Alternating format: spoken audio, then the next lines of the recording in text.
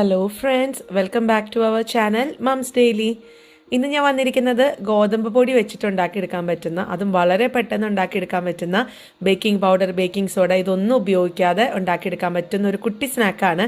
പെട്ടെന്ന് തന്നെ ഉണ്ടാക്കിയെടുക്കാൻ പറ്റും ചെയ്യും കേട്ടോ. അപ്പോൾ നമുക്ക് നോക്കാം എങ്ങനെയാണിത് തയ്യാറാക്കുന്നതെന്ന്. അപ്പോൾ അതിനായിട്ട് ഞാനിവിടെ ഒരു ബൗൾ എടുത്തിട്ടുണ്ട്. ഇതിനകത്തോട്ട് 1 കപ്പ് ഗോതമ്പ് പൊടിയാണ് ഞാൻ എടുത്തിരിക്കുന്നത്. അപ്പോൾ ഇന്ന് 1 കപ്പ് ഗോതമ്പ് പൊടിയുടെ അളവുകളാണ് കേട്ടോ പറയാൻ പോകുന്നത്. അപ്പോൾ ആദ്യം നമുക്ക് ഈ 1 കപ്പ് ഗോതമ്പ് പൊടിക്ക് 3/4 കപ്പ് തൈര്, അത് ചെറിയൊരു പുളി മതി, ഒത്തിരി പുളിയുള്ള തൈര് എടുക്കരുത്, എന്നാൽ നല്ല കട്ടിയുള്ള ഇച്ചിരി പുളി കുറവുള്ള തൈര് എടുക്കുക. പിന്നെ ഞാൻ ഇതിനകത്തോട്ട് ഒരു 1/4 കപ്പ് പഞ്ചസാര ചേർക്കുന്നുണ്ട്.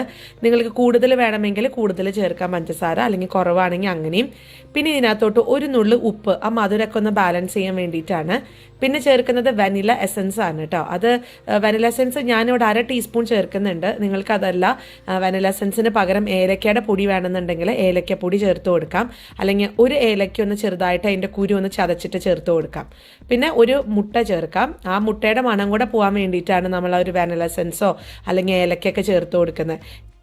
ഇനി നമുക്കൊരു സ്പൂൺ വെച്ചിട്ട് ആദ്യം ഇത് നന്നായിട്ട് തന്നെ വെള്ളമൊന്നും ഒഴിക്കാതെ ഒന്ന് മിക്സ് ചെയ്തെടുക്കാം. അപ്പോൾ ഇതാ ഞാൻ മിക്സൊക്കെ ചെയ്തെടുത്ത് കഴിഞ്ഞപ്പം ഈ ഒരു രീതിക്കാണ് വന്നിരിക്കുന്നത്. അപ്പം ഇച്ചിരി കട്ടിയായിട്ടാണ് ഇരിക്കുന്നത്. നമുക്കതുകൊണ്ട് വെള്ളം ചേർക്കരുത്, അതിന് പകരം ചെറു ചൂടുള്ള പാല് ചേർത്ത് കൊടുക്കാം. തിളപ്പിച്ചിട്ടുള്ള പാലാണ്. അപ്പോൾ അത് ഞാനിവിടെ ഏകദേശം എല്ലാം കൂടെ ഒരു 1/4 കപ്പ് പാൽ ഒഴിച്ചിട്ടുണ്ടാവും. എന്നിട്ട് ഈ ഒരു കൺസിസ്റ്റൻസിയിലാണ് നമ്മൾ എടുക്കുന്നത്. കണ്ടോ, ഇത് ഒത്തിരി ലൂസും അല്ല ഒത്തിരി ടൈറ്റും അല്ലാത്തൊരു ബാറ്ററാണ് നമുക്ക് വേണ്ടിയത്. ഇനി ഇതിനകത്ത് നമ്മൾ ബേക്കിംഗ് പൗഡർ, ബേക്കിംഗ് സോഡ ഒന്നും ചേർക്കുന്നില്ല. ആകെ കൂടെ ചെയ്യേണ്ടത് നമുക്ക് കുറച്ച് നേരം ഒന്ന് റെസ്റ്റ് ചെയ്യാൻ വെക്കണം. കുറച്ച് നേരം എന്ന് പറയുമ്പോൾ ഒരു 10 മിനിറ്റ് എങ്കിലും വെച്ച് കഴിഞ്ഞാൽ നമുക്ക് ഈ പൗഡറോ ബേക്കിംഗ് സോഡോ ഒന്നും ഇല്ലാതെ തന്നെ നമുക്ക് ഉണ്ടാക്കിയെടുക്കാൻ പറ്റും. അപ്പോൾ ഇത് അവിടെ 10 മിനിറ്റ് കഴിഞ്ഞിട്ടുണ്ട്. ഇതാ കണ്ടില്ലേ, ഈ ഒരു രീതിയിലാണ് വന്നിരിക്കുന്നത്. മാവ് അത്യാവശ്യമൊക്കെ നല്ല ആ ഒരു കറക്റ്റ് കൺസിസ്റ്റൻസിയിൽ വന്നിട്ടുണ്ട്. ഇനി നമുക്ക് ഒരു സ്പൂൺ വെച്ചിട്ട് തന്നെ കോരി ഒഴിക്കാം. അതല്ല എന്നുണ്ടെങ്കിൽ നമ്മുടെ കൈ വെച്ചിട്ട് തന്നെ നമുക്ക് കോരി ഇട്ട് കൊടുക്കാം. ഞാനിന്ന് കൈ വെച്ചിട്ടാണ് കാണിക്കാൻ പോകുന്നത്. അപ്പോൾ അതിനായിട്ടൊരു പാൻ അടുപ്പത്ത് വയ്ക്കുക. പാൻ ചൂടായി വരുമ്പോൾ ഇതിനകത്തോട്ട് ഞാൻ സൺഫ്ലവർ ഓയിലാണ് ഒഴിച്ചു കൊടുത്തിരിക്കുന്നത്. അപ്പോൾ എണ്ണ നമുക്കൊരു ഹൈ ഫ്ലെയിമിലിട്ട് ചൂടാക്കാം. അതിനുശേഷം ഒന്ന് മീഡിയം ഫ്ലെയിമിലോട്ട് കൊണ്ടുവരാം. എന്നിട്ടാണ് നമ്മൾ ആ ഒരു മാവ് ഒഴിച്ചു കൊടുക്കേണ്ടത് കേട്ടോ. അപ്പം ഞാനിവിടെ നമ്മുടെ കൈ വെച്ചിട്ട് വളരെ പതുക്കെ ഒഴിക്കുക, എണ്ണ തെറിക്കാതിരിക്കാൻ ശ്രദ്ധിക്കുക. കൈ വെച്ച് ഇങ്ങനെ ചെറുതായിട്ട് ഒരു കുഞ്ഞു ബോൾസ് ആയിട്ട് നമുക്ക് ഇട്ട് കൊടുക്കാം. അപ്പം നമ്മളിത് ഇട്ട് കൊടുത്ത് കുറച്ച് നേരത്തിനുള്ളിൽ തന്നെ ഈ ബോൾസ് എല്ലാം എണ്ണയിൽ ഇങ്ങനെ പൊന്തി വരാൻ തുടങ്ങും. അന്നേരം നമുക്ക് തിരിച്ചു മറിച്ചൊക്കെ ഇട്ടിട്ട് ഇതിൻ്റെ നിറം ഒരു നല്ലൊരു കളർ, ഒത്തിരി ഡാർക്ക് കളർ ആവണ്ട, നല്ലൊരു ഗോൾഡൻ അല്ലെങ്കിൽ ഒരു ലൈറ്റ് ബ്രൗൺ കളറൊക്കെ ആകുമ്പോഴത്തേക്കും നമുക്കിത് മാറ്റി വയ്ക്കാം. പിന്നെ നമ്മൾ ഈ ഒരു വാനില എസൻസ് ചേർക്കുന്നത് എന്തിനാണെന്ന് വെച്ചാൽ ഇച്ചിരി 2 കാര്യമുണ്ട്. ഒന്ന്, ആ മുട്ടയുടെ ഒരു മണം മാറിക്കിട്ടും.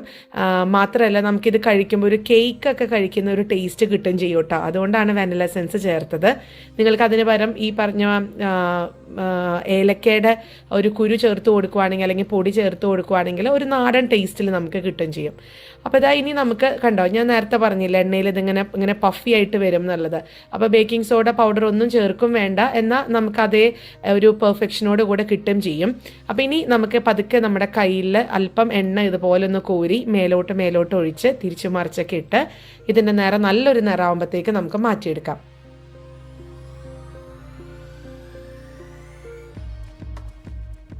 അങ്ങനെ നല്ല രീതിയിൽ അത് പഫിയായി വന്നിട്ടുണ്ട്. നിറം കണ്ടോ, ഈ ഒരു നിറത്തിലാണ് ഞാനിപ്പോൾ ഈ സമയത്ത് വറുത്ത് കോരി മാറ്റി വെക്കുന്നത്.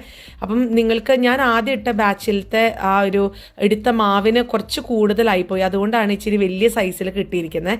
നമുക്ക് കൊച്ചു സൈസിൽ ഇത് കഴിക്കുന്നതാണ് ഇതിന് ഏറ്റവും ടേസ്റ്റ്. അപ്പോൾ അതുകൊണ്ട് ഞാൻ അടുത്ത ബാച്ച് ഞാൻ ചെയ്യുമ്പോഴത്തേക്കും വളരെ കുറച്ച് മാവ് മാത്രമേ ഞാൻ ഇട്ട് കൊടുക്കുന്നുള്ളൂ കേട്ടോ. അപ്പോൾ അതുകൊണ്ട് അതൊക്കെ നിങ്ങളുടെ ഇഷ്ടമാണ്. നിങ്ങൾക്ക് വലുതായിട്ട് വേണമെന്നുണ്ടെങ്കിൽ അങ്ങനെ ചെയ്യാം, അല്ലെങ്കിൽ കുഞ്ഞു ബോൾസ് ആയിട്ട് വേണമെന്നുണ്ടെങ്കിൽ അങ്ങനെയും ചെയ്യാം.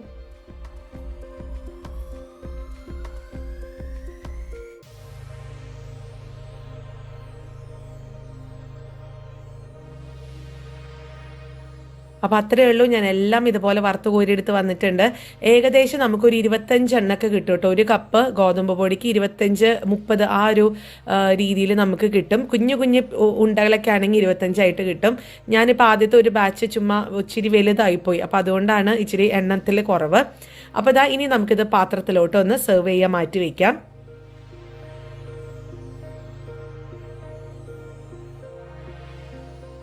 അപ്പോൾ അത്രയേ ഉള്ളൂ. വളരെ പെട്ടെന്ന് ഉണ്ടാക്കിയെടുക്കാൻ പറ്റുന്ന, ഉള്ളൊക്കെ നല്ല സോഫ്റ്റാണ്, എന്നാൽ പുറത്ത് ഇച്ചിരി ഒരു ക്രഞ്ചി ആയിട്ടുള്ള ഒരു സ്നാക്കും കൂടിയാണിത്. അപ്പോൾ നമുക്ക് നോക്കാം ഇതിൻ്റെ അകം എങ്ങനെയാണ് ഇരിക്കുന്നത് എന്നുള്ളത്. അപ്പോൾ അതിനായിട്ട് ഇതാ നോക്കിക്കേ, കണ്ടോ, നല്ല ഉള്ളൊക്കെ നല്ല പഞ്ഞി പോലെയാണ്. എല്ലാവരും ട്രൈ ചെയ്ത് നോക്കുക. കുഞ്ഞുങ്ങൾക്കൊക്കെ തീർച്ചയായിട്ടും ഇഷ്ടപ്പെടുന്ന ഒരു സ്നാക്കും കൂടി ആയിരിക്കും ഇത്. അങ്ങനെ ഇഷ്ടപ്പെട്ട് കഴിഞ്ഞാൽ ലൈക്ക് ചെയ്യാനും ഷെയർ ചെയ്യാനും കമൻറ്റ് ചെയ്യാനൊന്നും മറക്കരുത്.